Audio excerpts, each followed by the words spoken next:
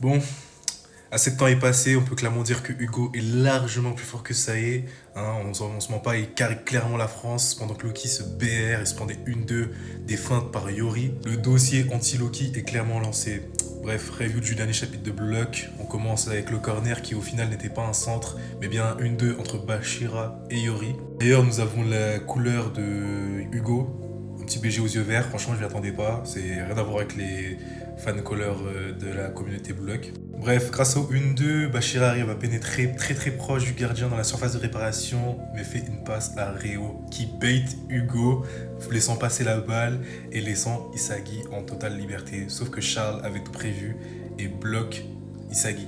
Sauf qu'il se remémore les paroles d'Hugo, il sait qu'il doit vivre en tant que numéro 2 et ça le tilt. Et le fait que ça le tilt, ça veut dire que Hugo dit vraiment la vérité et que Isagi le sait qu'il dit la vérité. Tout simplement parce que Isagi a le meilleur mental de tout le manga, ça a été dit par l'auteur. Et le fait que ça vraiment le touche, c'est que Hugo dit vraiment la vérité. Et ça l'a empêché de faire la passe à Rin.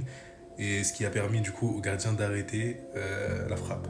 Hugo nous dit très clairement que sans le Two-Gun volé et sans son direct du droit, Isagi est un attaquant nul. Et c'est vrai, il est nul. Donc mettez-le sur le banc et faites rentrer Shido. Ensuite du coup, un Hugo qui nous dit que si Isagi veut vraiment pas se réveiller, le bloc va mourir aujourd'hui et à cause de lui. Et la contre-attaque est partie, mais la dernière planche nous montre que Karasu va nous couper quelque chose. Franchement, j'y crois moyen. Hein. Loki qui se perd, ça va 2 minutes, mais s'il se fait arrêter par Karasu, je vais vraiment commencer à insulter ce noir de merde.